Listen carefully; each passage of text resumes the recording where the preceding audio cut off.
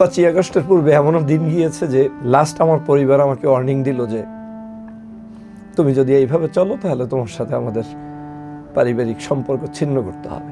আমি এই বলাবলির কারণে কোনোদিন ঈদের রাতে সারা রাত কেঁদেছি। আপনি হয়তো গরুর মাংস খেয়েছেন, আমি গরুর মাংস খেতে পারি।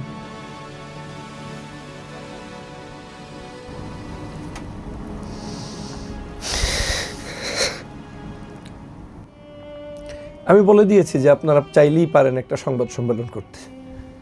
ওই সংবাদ সম্মেলনে বলে দেন যে ডক্টর ফয়জুল আপনাদের কেউ না, যদি আমাকে আপনাদের এতটাই কষ্ট হয়। আমার পরিবার মালয়েশিয়াতে 1 ভাগ গরুর কোরবানি দেওয়ার কথা, বাড়ি থেকে টাকা আসার কথা। সেই দিন আগের রাতে কোরবানির টাকা আসলো না, আমি কোরবানি বন্ধ রাখলাম।